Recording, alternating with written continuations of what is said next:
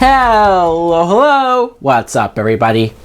My name is Mike Brown, aka ReviewKingMB, and I'm having a little fun looking back on certain movies that almost happened, that could have happened, that were scheduled to happen, but the last second didn't happen. And keeping in tune with the Halloween series and the fact that we almost got a third Halloween that is connected to the Rob Zombie movies. And some people are like, holy fuck!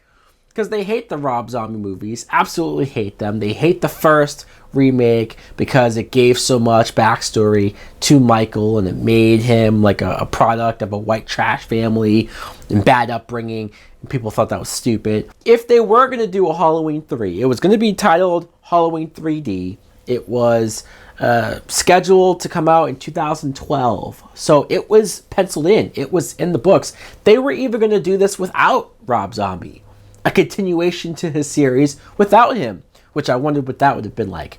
They never found a director to commit. They never found somebody to fully jump on board. But if they had casted somebody, if they had picked somebody to be the director, what would they have done? Would they have stayed in tone or tried to stay in tone with Zombies films and had the cursing and had the roughness and edginess?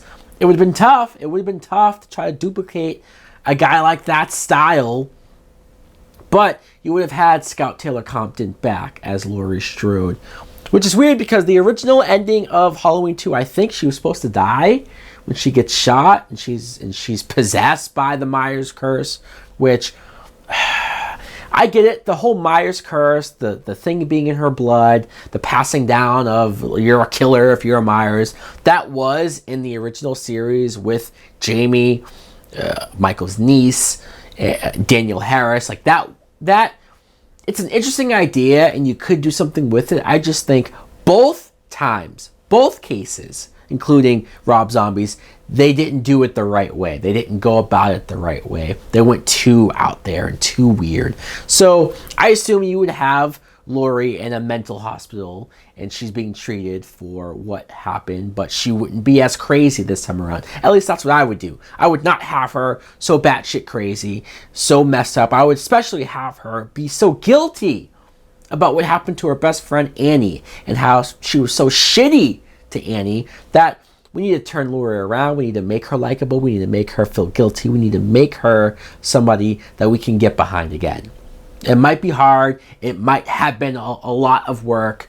And some people don't even think Scout Taylor Compton was a good enough actress to pull it off. But I was willing to give her the benefit of the doubt. I was willing to give her another chance.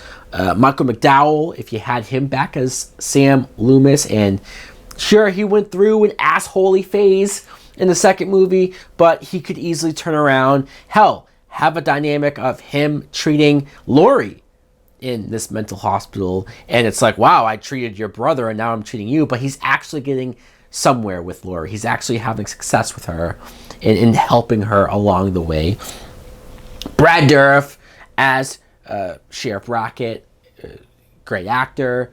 Not just as Chucky, but like as this character, he could work. He could have some resentment maybe towards Laurie. He lost his daughter in a very brutal way, and he could still hate Loomis. He could still not like Laurie. He could go through almost a dark period where he's not evil, but he's dealing with a lot of emotion.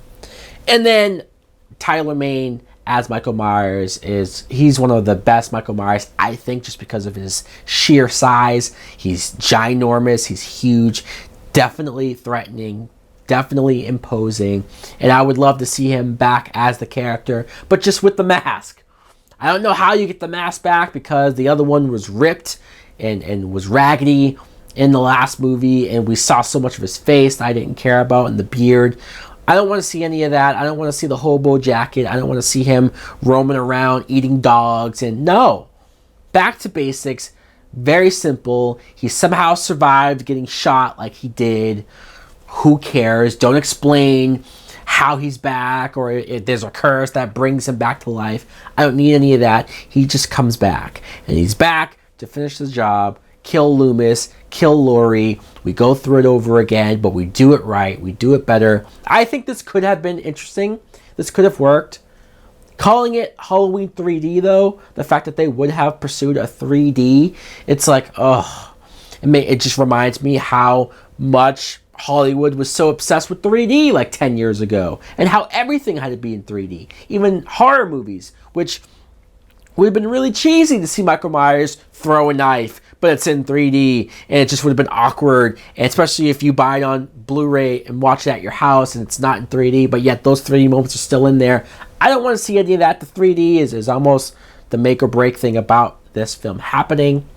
So guys, I'm a little bit more open to Halloween 3D. I think we could have gotten past the craziness that Halloween 2 was. We could have brought it back to more gritty, more scary, more emotional with Laurie.